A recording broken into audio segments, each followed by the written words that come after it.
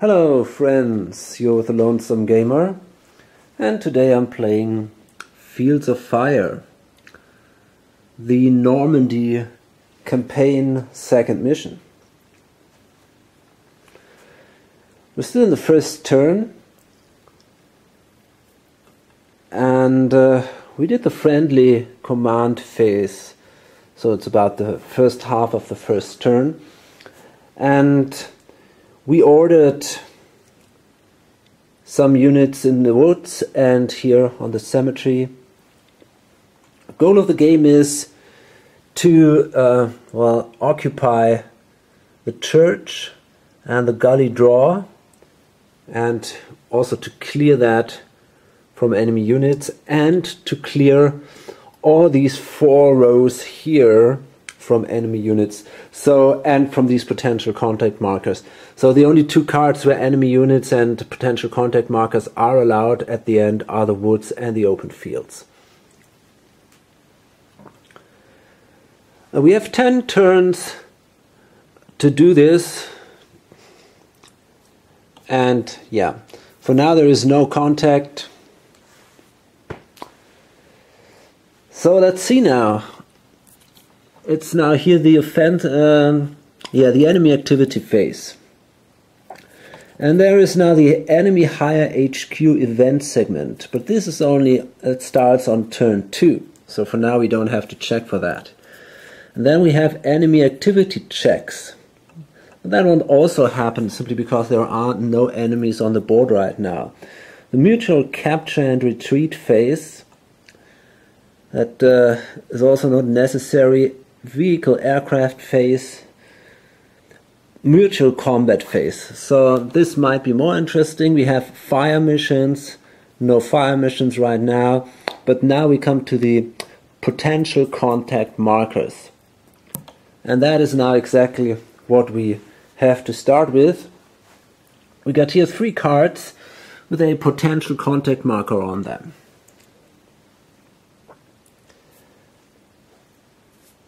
And there is, let me see, somewhere on these cards. Yeah, of course. Yeah, it's this one here. Okay. So that is the potential contact draws chart. And that will now determine if we have contact or not. So right now there is no contact, and it is a potential contact marker C. So we have to draw 4 cards to determine if we have contact. But we cannot decide which card we check first. We have to do this randomly. So 1, 2, 3. So let's see. Yeah, we check white number 3, so the 3rd card is the card we have to check first, the woods here. And now we draw 4 cards, and if the word contact, like here, is on one of these cards, we have contact.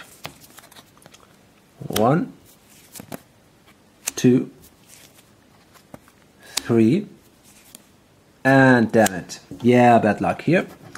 So we do have contact in the woods.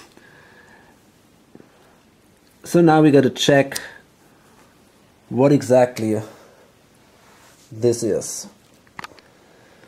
Okay, to do this, we're gonna check here in our briefing booklet.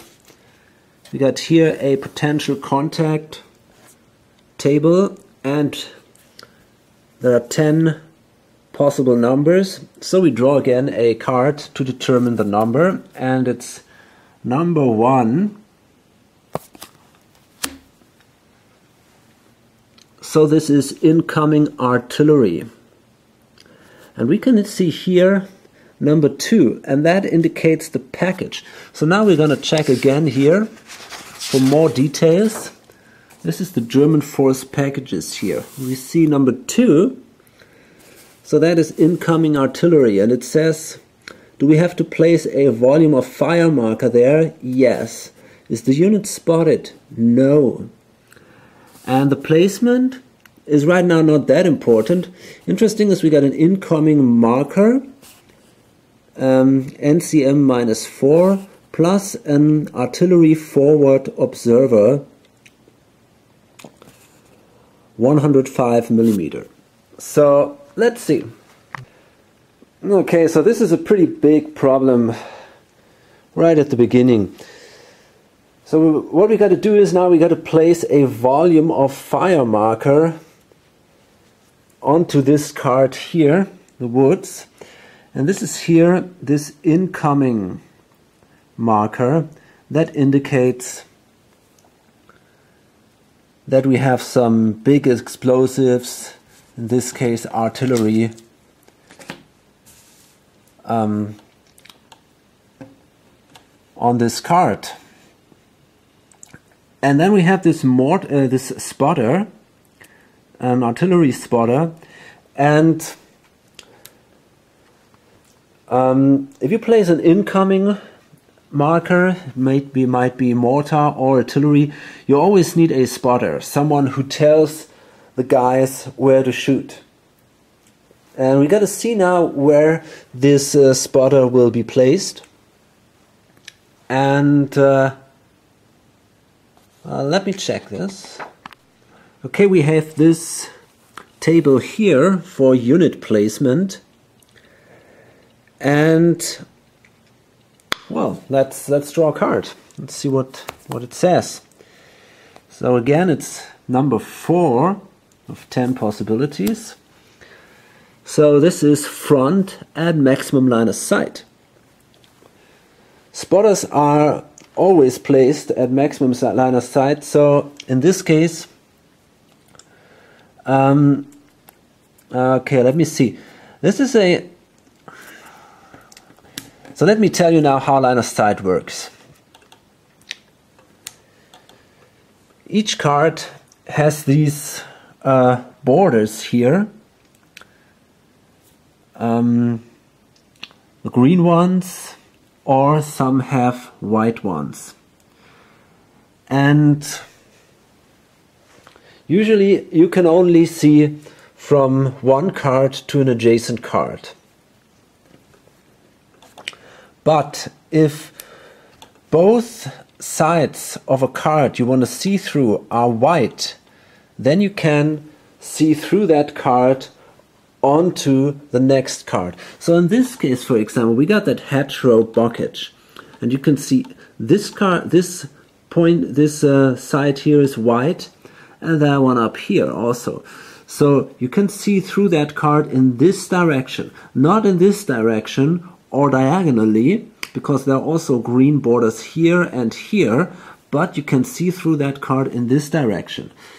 So that means you can see from the marsh, no matter if this is a green or white line, that doesn't matter. It only is important what the card in between shows. So you can see from the marsh through this card here onto the other marsh. That is possible. And well, you could, for example, not see here from the gully draw through the hedgerow bocage into the woods, because here's only this one side white, but this one up here is green, so you cannot see through here. Has to be a white side on both sides of the card. It's possible here from the marsh you can see through the open fields like that into the woods, or like that from the woods through the open fields in this way. And now you can see here the gully draw, which also has two white sides, so you can see through both cards into the church. And line of sight is always reciprocal, so if you can see from one side, you can always also see from the other side. Now there's a specific rule for elevation, and we are here on a hill on the woods, and you can always see from a hill, you can always see lower terrain, no matter if there are green lines or white lines. It doesn't matter at all. And you can see maximum line of sight is always 3 cards. So from that hill I can see cemetery, woods, marsh, orchard grove, orchard grove, orchard grove, and then also diagonally gully draw, farm, and I can also see on the other hill the open fields. And it also works the same way the other way around. So that means we can place now this guy here, the artillery spotter. We can place him here on the orchard graph, just like that, and he then can see us here on top of that hill. At least that's how I understand it. I'm not absolutely sure about that, but I think that's true. I'm pretty sure that's correct. What is now important is we haven't spotted this guy. He's seen us, but we haven't seen him for now. So we place a potential contact marker with a question mark on top of him. And in addition, let me see now. It's this incoming artillery. Okay, great. So it says here, unit spotted, no. And in addition, there is a, let me see, here we got the enemy information of mission 2. We have a cover marker that is used if there are no other informations about cover. So we will use foxholes as cover for that spotter. Okay, so we got that here. These are foxholes. They give a cover of +2. No, these are trenches actually. No, not foxholes. Here we go. These are foxholes. Yeah, you can see that now. +1 cover. So we place him under cover, and then we place a potential contact marker above to indicate that we didn't spot him until now. But there is now a special thing about that guy, which is good. It helps us a little bit. You can see here the spotter information of the enemy, and there is this artillery spotter, and it says that it has only 1 fire mission.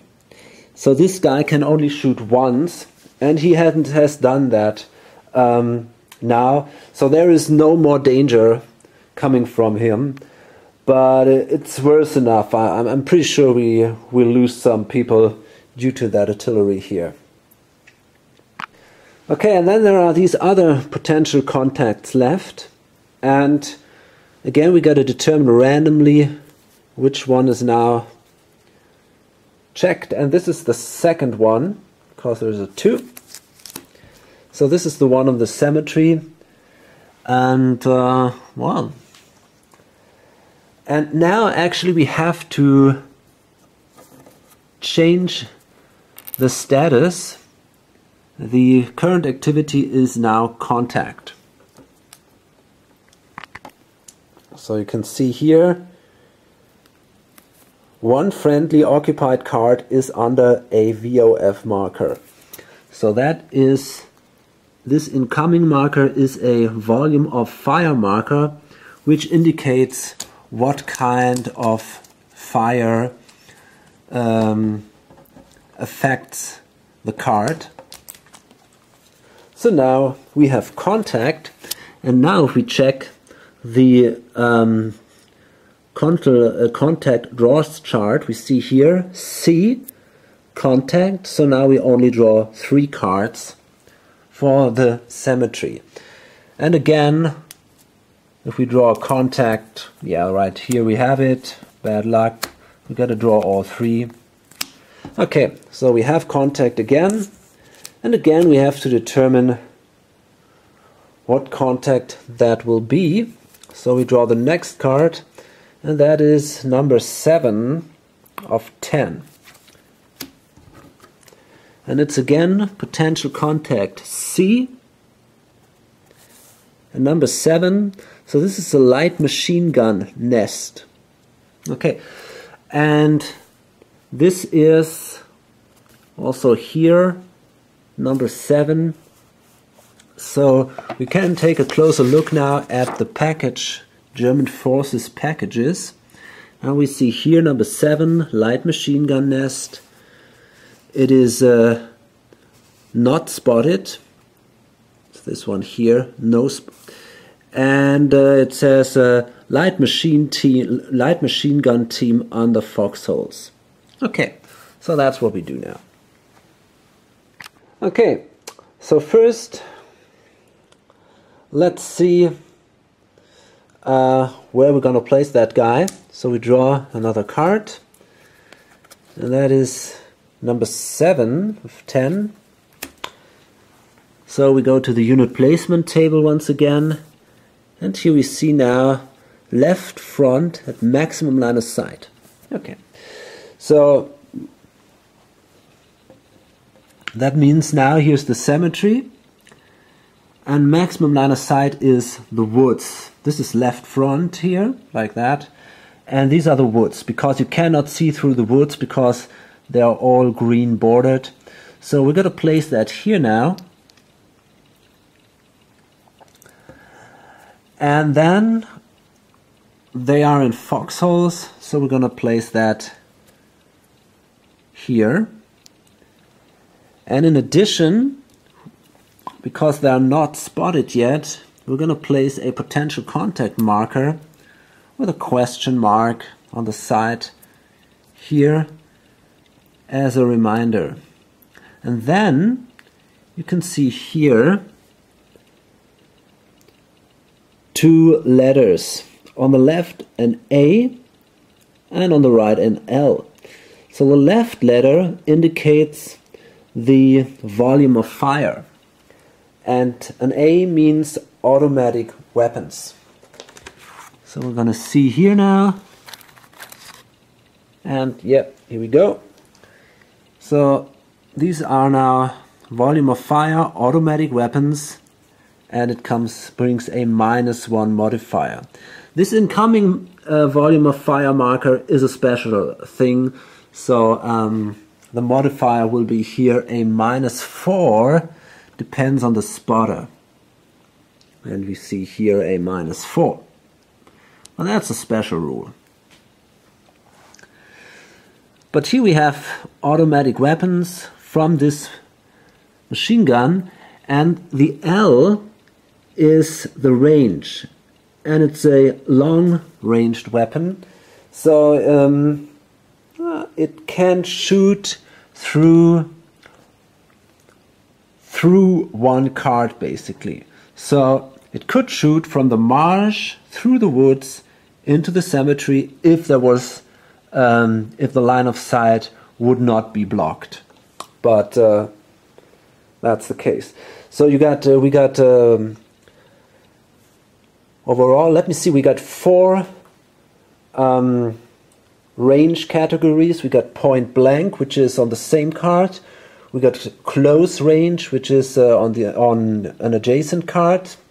We got long range, which is like that, over 2 cards. And there is also a very long range, which goes over 3 cards. Okay, here we go. So now we're going to place this guy here. We got automatic weapons here. And then what we also have to do is we're going to have to place a primary direction of fire marker. So that is this PDF marker. And that indicates now that we have that the fire from this card goes to this card. Sorry for that. Okay, and now let's do this a second time. or a third time, we got a potential contact marker here. And let's see, it's now, yeah, now we are engaged because 2 or more friendly occupied cards are under volume of fire markers. So that means we can now change this from contact to engaged. This is the current activity. And that means then, again, potential contact of C. We are engaged, so now we draw only 2 cards and check for contact. So this is 1 and 2. And luckily this guy doesn't have any contact, which is definitely good because he wasn't able to find cover and he is exposed here. So he would have probably also have big problems. But okay, I mean, this guy is really in trouble already. So we can now remove this potential contact marker here. And so now we resolved all the potential contact markers. So just to resume this a little bit, first you check for contact depending here on the type of the PC marker and on the current activity level. Draw cards. If you have contact, you check what kind of contact you have by determining a number between 1 and 10. And then you check that number here on that potential contact table. And then you find another number here, this one. And there you can check then on the package table the details. What exactly you have to place, what units, and if they are spotted or not. Then you take these units and you determine where you place them. You do this here on the unit placement table. And the interesting point is here.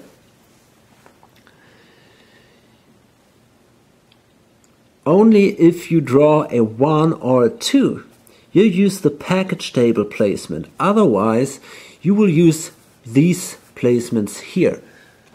See here, there is on the German force packages table, you have, for example,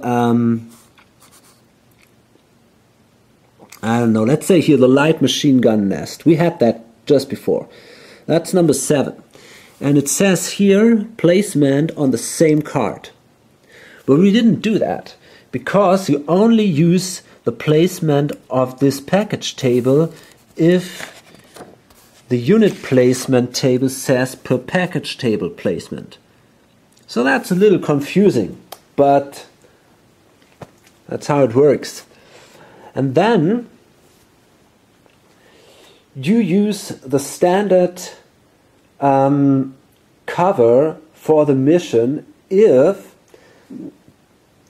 it is not if it is not written in a different way. For example, here you can see they are under bunker, so you place them in a bunker, no doubt here. But if there's nothing special written here, you place the guys under these enemy informations, which says cover marker foxholes. So that's basically it. And another very important thing, most of all, they're not spotted. Sometimes they are, but in this case not. So we cannot shoot at them right away. We have to spot them first. I know this is all pretty long and maybe a little boring, but I try to really explain that slowly, step by step, because this is really complicated. Okay, so now we did this evaluate potential contact markers phase, and the next thing that happens is now the combat effects segment.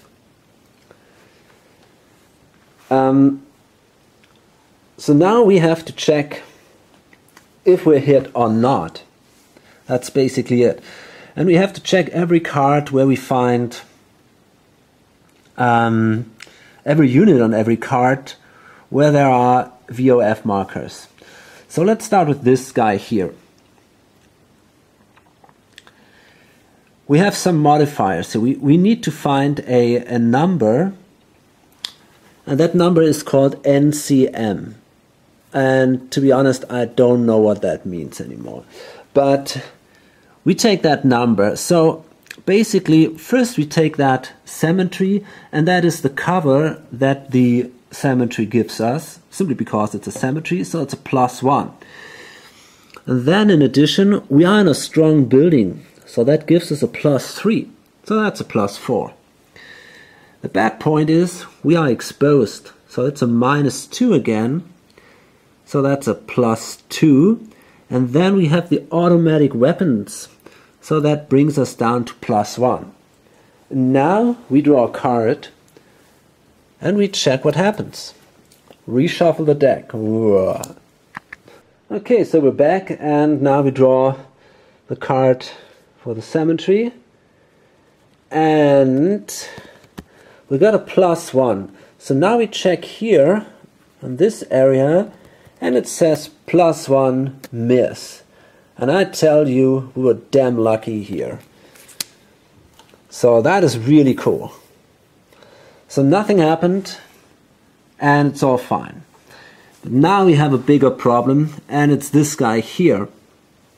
So let's see. We got a +2 for the woods. This is the basic cover.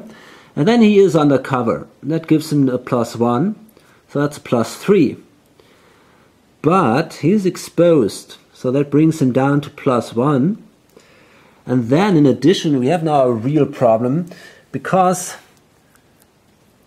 there is this artillery spotter which gives a -4. So we are at -3. And then, because we're in the woods and there is this burst icon here, a -1, because it's extremely dangerous to be in the woods if you have incoming artillery, because of all the shrapnel or stuff that flies around, whatever. So we have an additional bad modifier. So in this case we have a -4, which is, by the way, the worst thing that can happen. It's not possible to have more than -4. So we draw a card, and I'm pretty sure we're hit. And yeah, that's exactly the case. You can see it here, -4 hit. Okay, now we would check what the result of that hit is. So we draw another card. And now we got to check here the hit effect. And this is a line unit. That's the experience. And we can see here we got a casualty, that's the first one, and the second is a litter team, that's for L. Okay, so what does that mean? Okay, first of all, you can imagine this guy here comes with, well, it's not 3 people technically, these are more people, but I imagine it like 3 people. Just it's easier to explain that way. You can also say 6 people or whatever, or 9, whatever. But let's say each dot is a person. So the first person now is killed or heavily wounded. That's our casualty, basically. Okay, so now we place that casualty marker here. You can see it has 1 yellow dot, so that's basically now 1 person. And if that would be all, then we would now flip this unit to the other side. And you can see now there are 2 dots left. So we had now still 3 dots, 1 casualty, 2 units in the platoon. But problem is we have a litter team. So now we have this here. This is a litter team. And that's another unit. So we place that also here. And now this unit, this chit is removed. And we have to replace that with a fire team marker. And you can see this here. There's the squad breakdown. So we have here US Army, World War II and Korea. So we have this squad here, and these are basically 3 fire teams. But first fire team is now a casualty, second is a litter team, and only the third fire team is actually still operative. Okay, here we go. So this is now our fire team. Yeah, here we go. And a fire team has not exactly the same abilities as a normal unit, and a litter team has even more limited abilities than a normal unit, but we might see that later. So in addition now, if a unit is hit, you always place a pinned marker on that unit. So this is this one here. The good point here is gives you a cover bonus of +1. The bad point is it limits you in your actions. Okay, so I wonder if we still have that rifle grenade. I think we still can carry that. The fire team might be able to carry the rifle grenade. I'm not absolutely sure, but I think it should be possible. Okay, so here we go. It's a pretty bad round for these guys. The unit is, well, in pretty bad shape now. Okay, so that was now the combat effects segment. And yeah, then we come to the cleanup phase. So what we're going to do here is we're going to remove our exposed markers. So if these units don't move in the next turn, they are no longer exposed. Okay, here we go.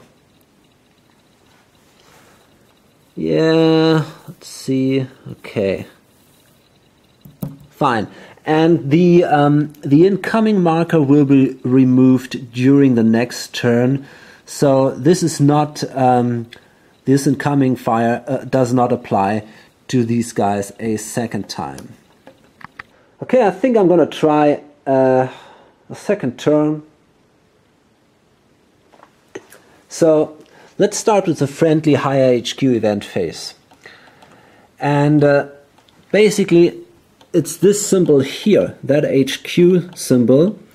If we draw a card now where this symbol appears, then we have a friendly higher HQ event. And this is not the case.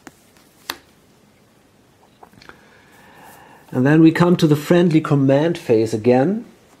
And first thing we activate is, again, the COHQ. And we have a draw modifier here because this guy is green, so we have to subtract 1 from the draw. That's pretty good. Got a 5 minus 1, so he's got 4 command points. So we activate this guy now. Bring this down here just to remember we activated him. Take this and place these 4 command points here. Okay. So now what we can do is, well, I guess I'm going to activate my 3 platoon HQs, and I'm not absolutely sure what to do.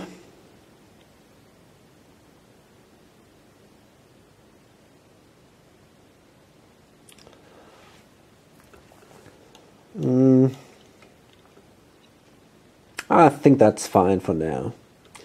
Okay, yeah. So I'm going to activate my 3 platoon HQs. That costs me 3 action points or command points, and I'm going to save one of them. And then the activation of the CO is completed, and we'll activate these 3 HQs. Okay, fine. And now we come to the platoon and staff impulse of the activation segment. And now, because the staff was not activated, so the XO and the first sergeant were not activated, we cannot draw such an action card for them right now. We only activated the platoon HQs, so that means we can now draw action cards for them. So let's start with the first platoon HQ. Draw a card. That's a 2, which is pretty bad, because the guy is green, so that means we have to subtract 1, and that means he only gets 1 command point. So he saved 1 from the last turn, so he's now at 2 command points. What we're doing now is, by the way, I didn't mention that until now, just a second. So just if you ask yourself why I didn't start at the beginning to explain every action you can do during the action phase, the reason is simple, because there are countless actions. You can do all these actions, and well, I'm not going to go through all of them. It doesn't make any sense. There are a few main actions you're going to take, and well, you're going to see them probably here. Things like moving, searching for cover, and stuff like that. So what we're going to do now is,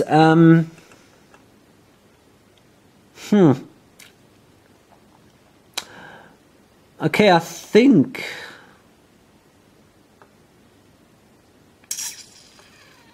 I'm not really happy with that.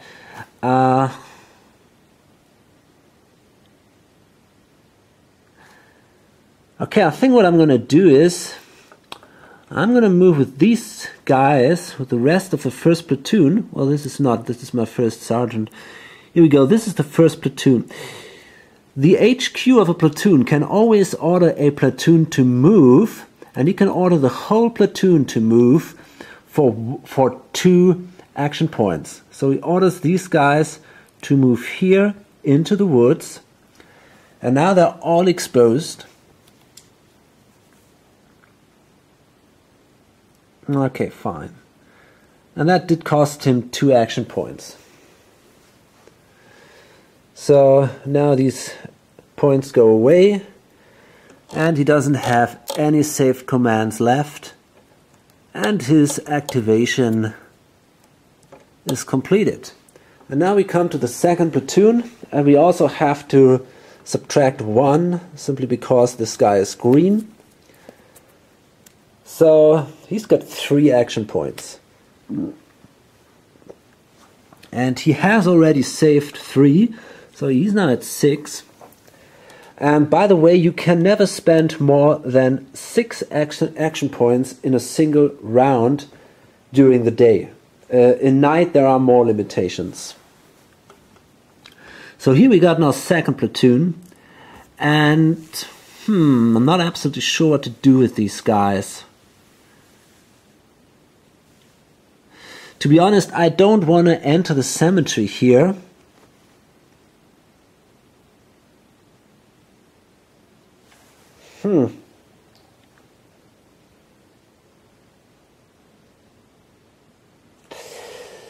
Because it's under fire and we're all exposed then, so I think this is not a real good idea.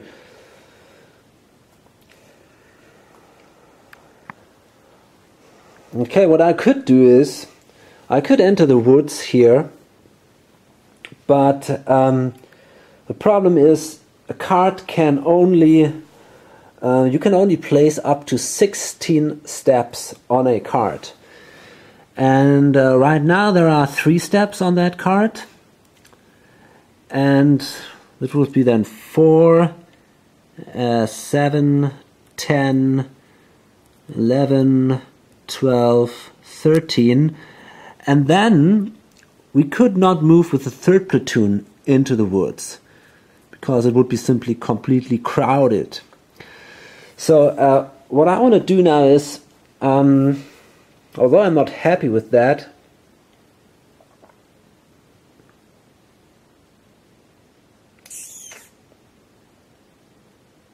yeah, it's not great.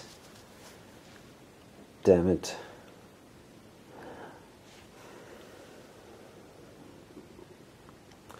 Thinking about moving here into this staging area and then entering the marsh maybe in the next turn.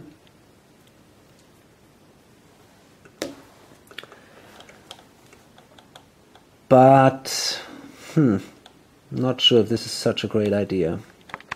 But yeah, I think I'm going to do that. So we take again 2 points here, move here with the whole platoon, and well, that's it then, I guess. When we save 3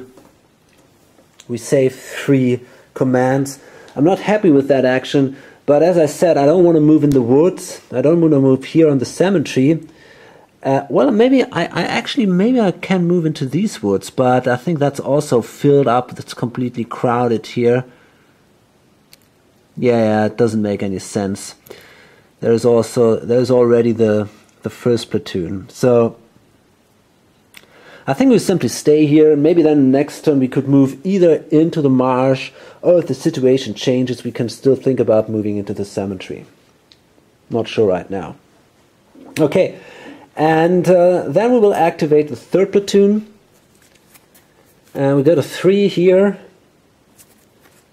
So the third platoon also has saved 3 actions. So we have now 6 actions again. And what we're going to do is simply going to move with all of these guys here. Costs me 2 action points or 2 command points to command the whole platoon to move here into the woods. Then we're exposed, and you can move under cover if there is already cover on that card. So we are right now here. Okay, fine. Okay, so now I got 4 commands left, and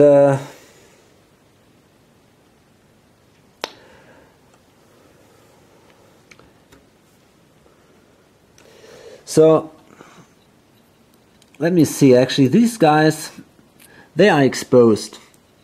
So they cannot move on somewhere. Would be good to go here or so, but it's not possible. And these guys are pinned because of this incoming fire of the last turn.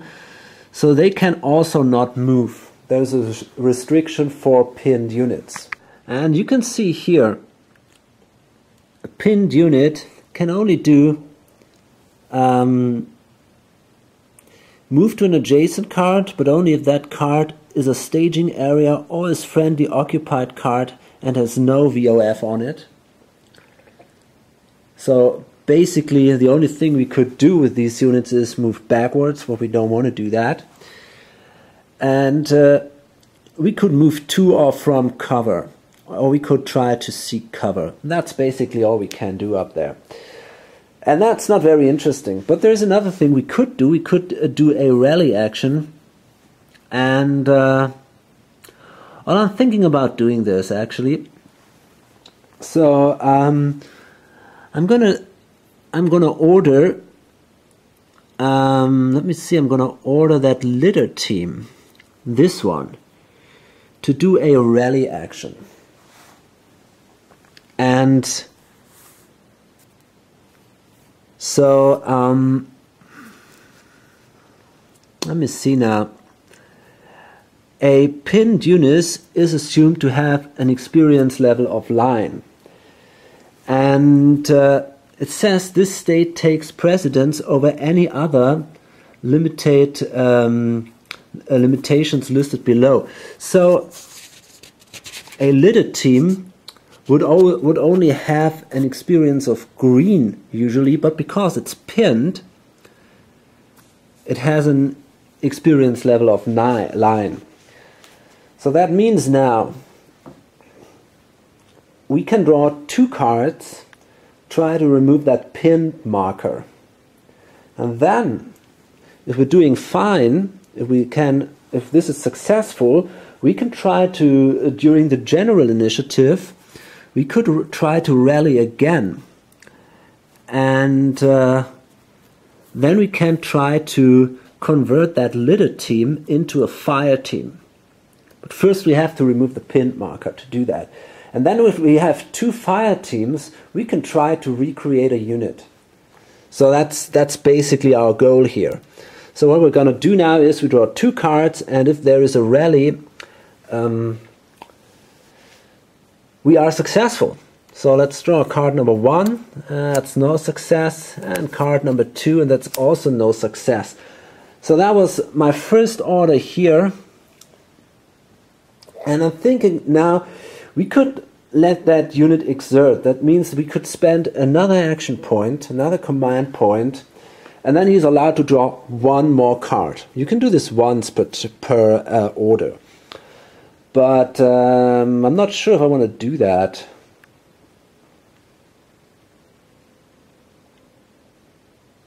I'm not sure. Well, I could actually. Why not? Okay, let's do it. Why not? So we draw 1 more card, and no success here. Okay, so we didn't manage to remove that pin marker. So that was now the activation phase, the activation segment. And now we come to the initiative segment, and now we can kind of activate all the units that were not activated during the activation phase. So here's now the activation complete, and here too. And these are the XO and the first sergeant. Okay, and the initiative of the staff works a little different than of the HQs. Of the HQs you take these small cards here, these small numbers here. The initiative of the staff gives you always 1 single point. So the XO has now 4 action points, and I'm absolutely not sure what to do with these. Well, maybe I could try to order. Yeah, I think I'm going to do that. I'm going to order these 2 guys to move into the woods, and then I'm going to move into the woods myself. So that will cost me 3 action points. Here we are. So now we have 1 left, and then I'm going to order first platoon, and I think I can do this as an HQ, as an XO. I think it's allowed. It's still in chain of command. I guess I can do that.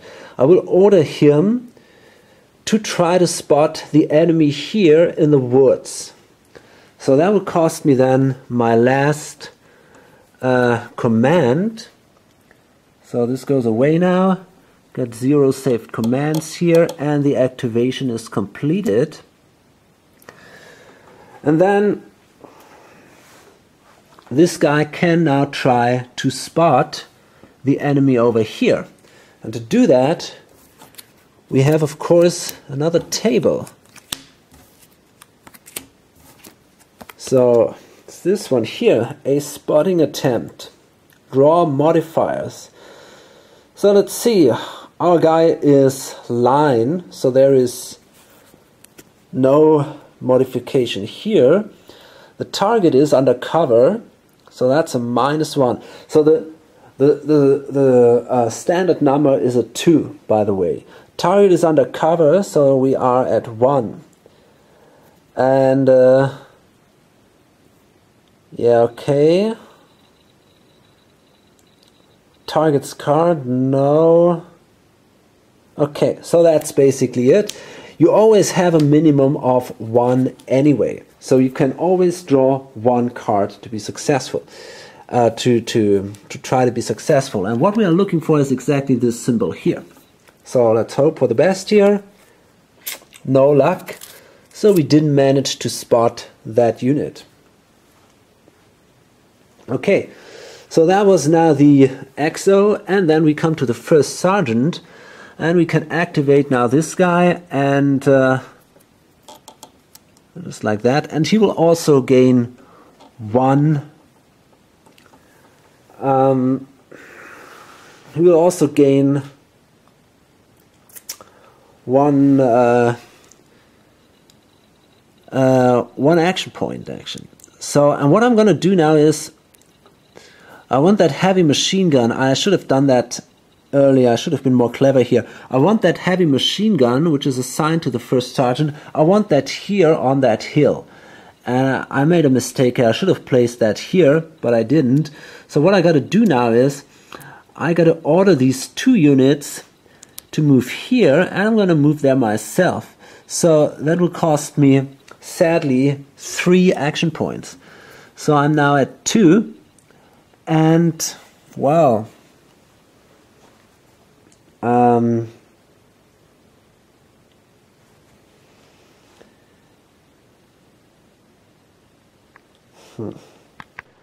Okay, so I think we're done here. That was definitely stupid. This movement here was a waste of command points. And yeah, I think I'm fine then. So that was the initiative phase, and now we come to the general initiative. And well, it would be a good thing if we could spot that enemy. This is a thing I'm mostly interested in now. So let's see what we got. Well, that's pretty cool. That's a 3. This is amazing. So I think what I'm going to do now is, first of all, it's a little risky, but I think that this guy here with the rifle grenade will enter the marsh here. We got to do that. We got to try to clean that row here. And that costs me 1 point. And then he's going to try to look for cover. So he will draw... Yeah, I think he will draw actually 2 cards. And that's his attempt to look for cover then. So that's a 1 and a 2, and here we found our cover. That's nice. And it's this natural cover here.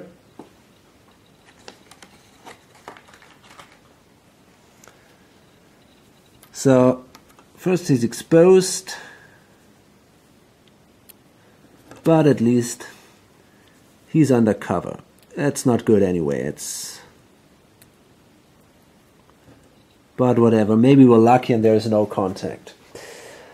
Okay, and then we got 1 point left for the general initiative, and what I'm going to do is I'm going to order one of these guys, one of these standard units, to try to spot this one here.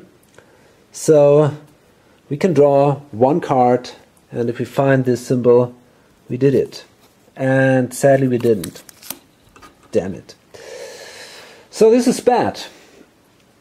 We are under fire, but we cannot see the enemy, so there is right now no way to shoot back. Okay. So that was the friendly command phase, and then we come to the enemy higher HQ event segment. So we draw again and see if we take that card, if we take that symbol here. Nope. So no enemy HQ event. By the way, I forgot, this is the second turn. So we go here, just like that. Okay, and then we got the enemy activity check. And this is now interesting because now there are 2 enemies on the board. So first we randomly determine which of them is checked first, and this guy is number 1 and that one number 2. Okay, so the light machine gun is checked first.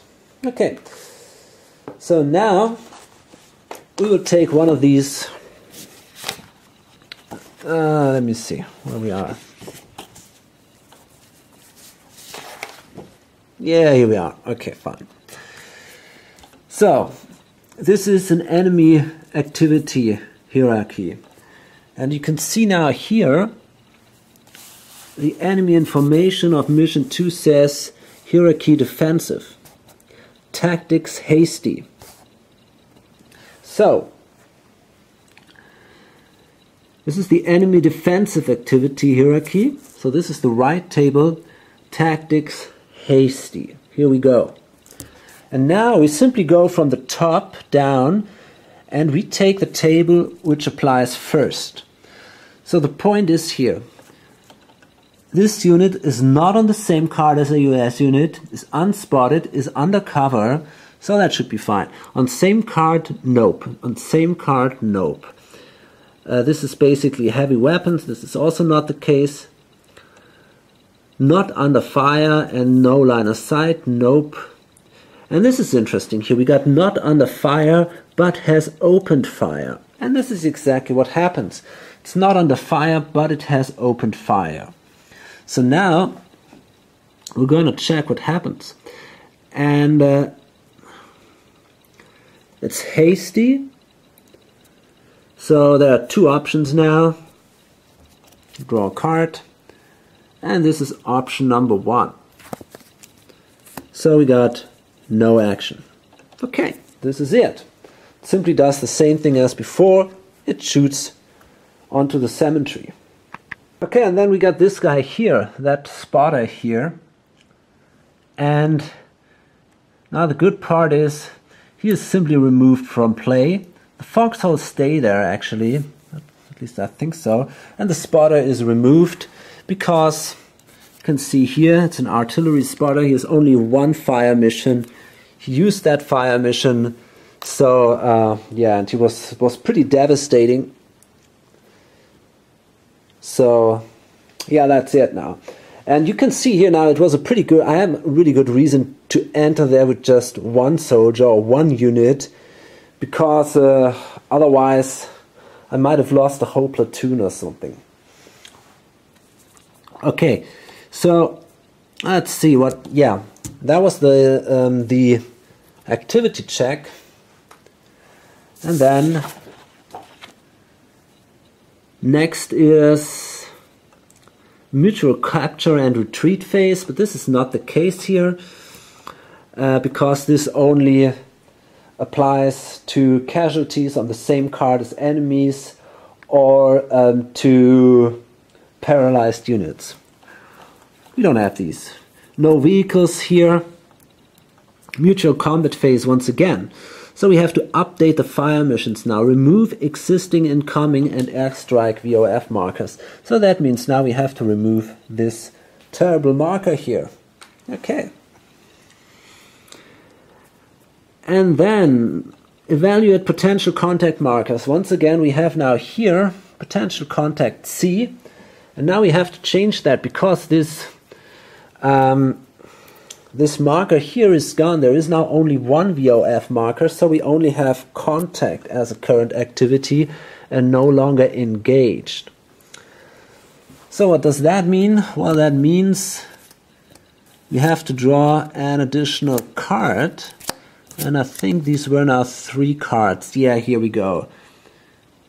Type of PC marker, contact 3. So we draw 3 cards to see if we have contact. 1, 2, come on, yeah, lucky here. Great, awesome. So no contact for this guy, which is definitely good because here in the marsh we don't have good cover, so that was pretty good. So this is simply removed. Okay, fine.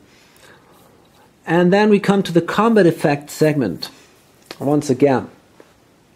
And this time there is only this single card, the cemetery, with a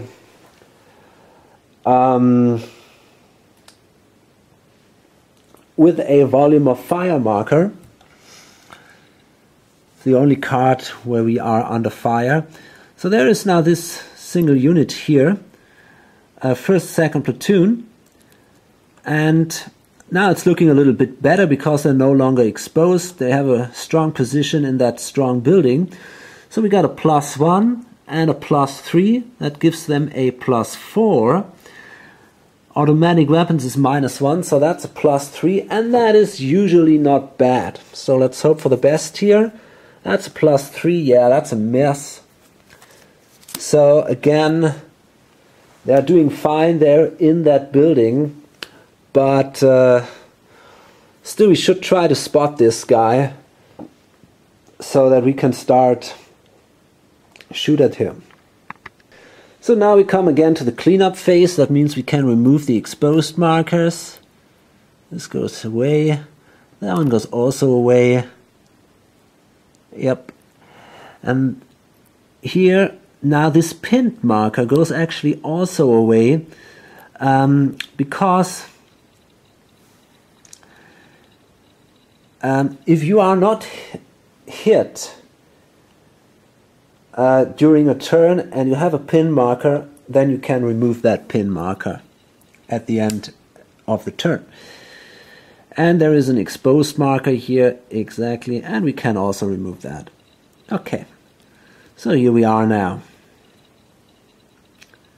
Okay, this is it. That's the end of turn 2. And I'm not exactly happy with what happened. I mean, I'm too slow, I gotta admit that. Should be faster here. But okay, I mean, we managed to... At least we're now in this row here. We can move on now to the second row maybe. And as I said, we have to try to spot that light machine gun nest. And then we might have a chance to kill these guys somehow. Okay, so I guess we're done here, and I'm gonna load this up. Hope to see you in my next video. Until then, bye.